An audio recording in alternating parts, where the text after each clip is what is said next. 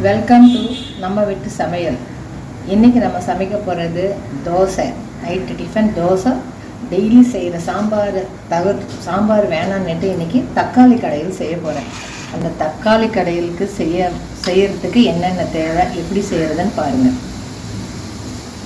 நல்லா குக்கர் சூடாகிடணும். எண்ணெய் நான் செய்கிறது 8 பேருக்கு ஏற்ற மாதிரி செய்கிறேன். உங்களுக்கு தேவையான கொஞ்சமாக நீங்கள் பண்ணிக்கோங்க. ஃபஸ்ட்டு எண்ணெயை ஊற்றிக்கோங்க. எண்ணெய் காஞ்சதும் கடுகு, உளுத்தம்பருப்பு, தட்டி வச்ச பூண்டு, 2 சீரகம் கொஞ்சமாக போட்டுட்டு கொஞ்சம் எடுத்து வச்சுக்கணும். மறுபடியும் இன்னொரு வாட்டி தாளிக்கணும். அதை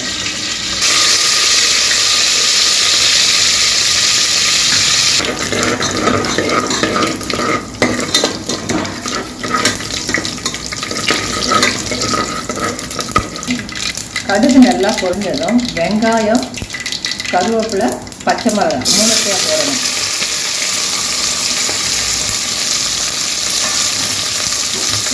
நல்லா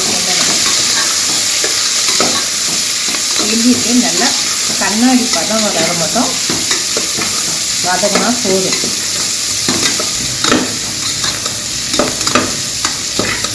இந்த கண்ணாடி பதம் வதங்கினா போதும். வதங்கின வெங்காயம் தக்காளி போடுறோம். 1/2 கிலோ வெங்காயம்னா 1 கிலோ தக்காளி போடணும். அப்போ தான் நல்லாயிருக்கும். புளிப்பு, காரம். நான் வந்து ஒரு 7 பேருக்கு செய்கிறதால இவ்வளோ போடுறேன். நீங்கள் கம்மியாக சேர்த்து கம்மியாக போட்டுக்கணும். நல்லா கிளறி விடணும்.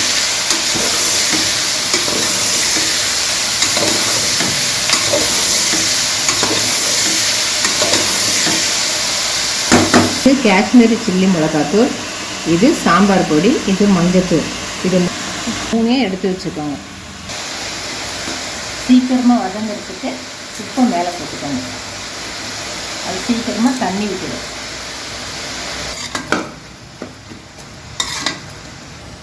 இதை 3த்தையும் இதில் போடணும். போட்டுட்டு ஒரு கிண்டுங்க. இது ரொம்ப நேரம் வதங்க வேணும். ஏன்னா இது மறுபடியும் நம்ம கொதிக்க வைப்போம் ரொம்ப நேரத்துக்கு. இது ஒரு கிளறிட்டு ஒரு 5 நிமிஷம் இருந்தால் போதும்.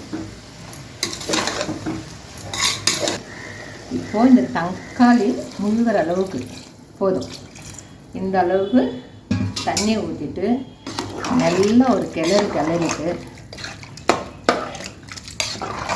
குக்கர் மூடியை போட்டு ஒரு 4-5 விசில் வர்ற மட்டும் விடுங்க.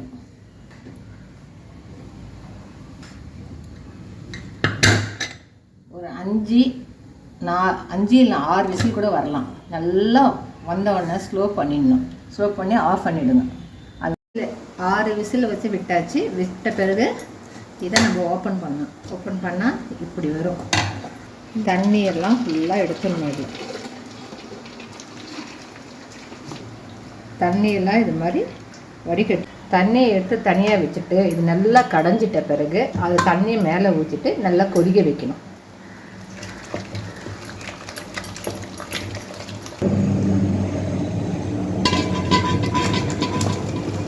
தண்ணி இதில் ஊற்றியாச்சு.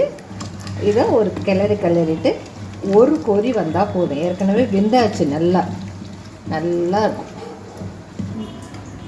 இது தண்ணியை ஊற்றி ஸ்டவ் மேலே வச்சு ஒரு 5 நிமிஷம் நல்லா ஒரு 5 நிமிஷம் கொதிச்சுனாவே போதும். இந்த மாதிரி திக்காக வரும்.